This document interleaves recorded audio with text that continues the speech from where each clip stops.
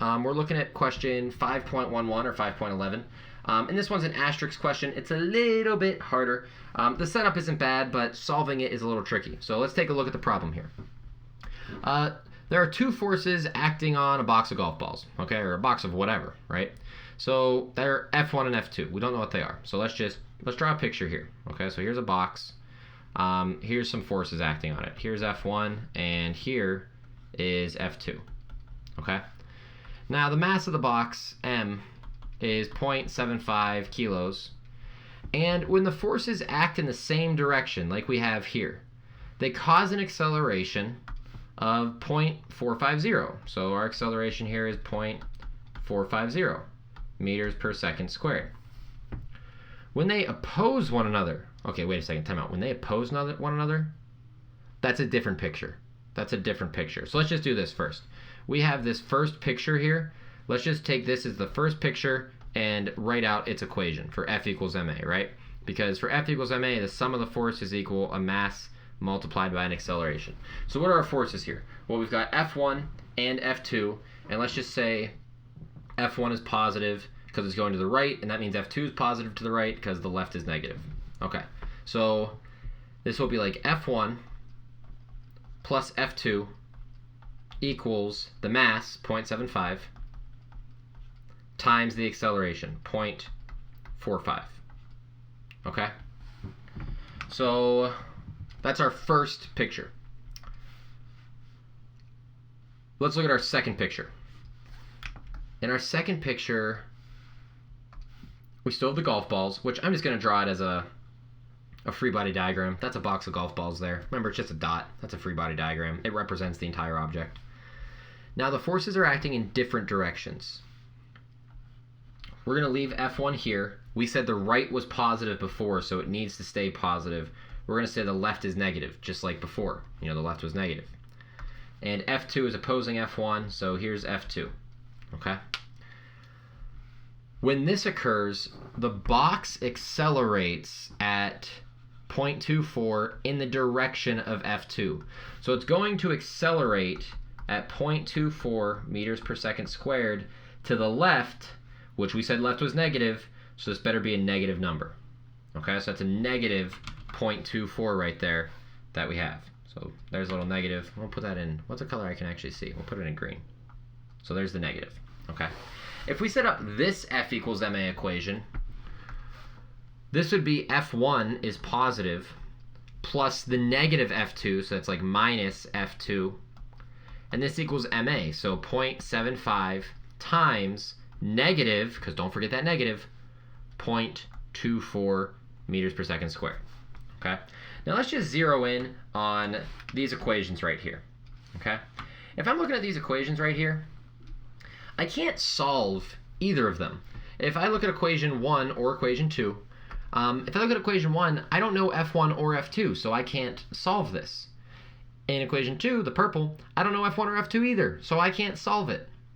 But I have two unknown variables and I have two equations.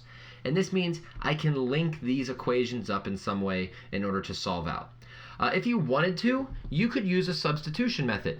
You could add F2 to each side and then plug F1, which is all of this, up in for F1. You could solve for F2, and then once you have F2, you could plug that back into the equation and solve for F1. That's one way to do it. A straight old-fashioned substitution method. Nothing wrong with that at all. What we're going to do is a little bit more clever, and you may not have ever seen this before, but notice how I set this up. First, we know that all of these values are forces. And given the way I set it up, what I have here is F1s,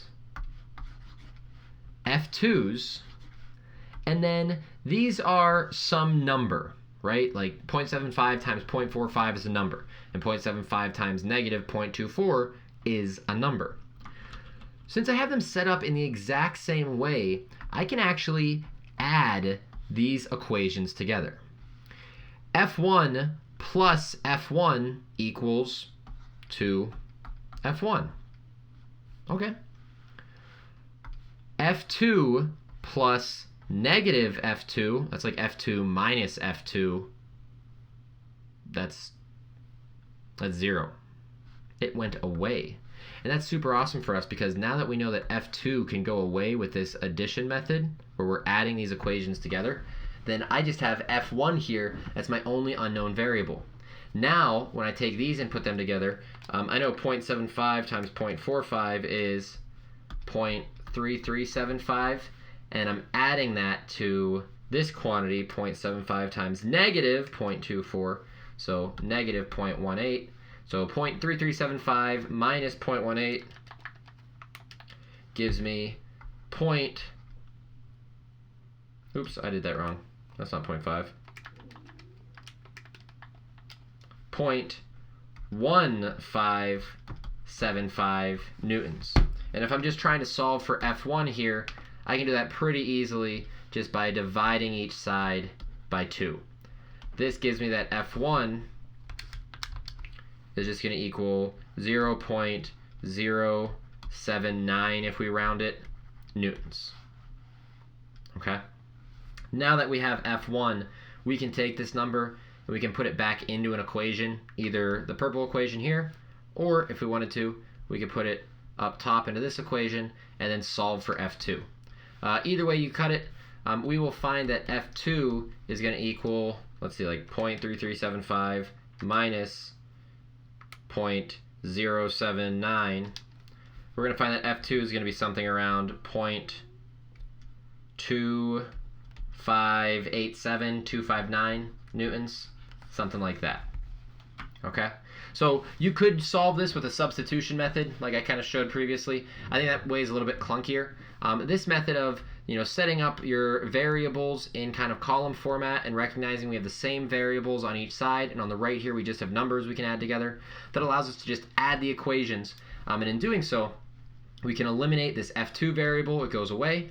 We can solve for F1, and once we have it, we can substitute back and solve for F2. So kind of a nice problem there. The actual setup wasn't that bad with the F equals ma. The tricky part to this was the actual solving. Okay, and if you struggled there, don't worry about it. This might be one of the first times that you've seen kind of a system of equations that you solve in this way. But if you figured that out, congratulations, way to go, way to use those math skills. Either way, we're all getting better and going through the physics. Okay, we've got one more problem for the Unit 6 C1 problems. That's just basic F equals ma. That's the A.4 problem coming up, and we'll see that in our next video. But for right now, this problem is finished. Adios. Y'all take it easy. Pew!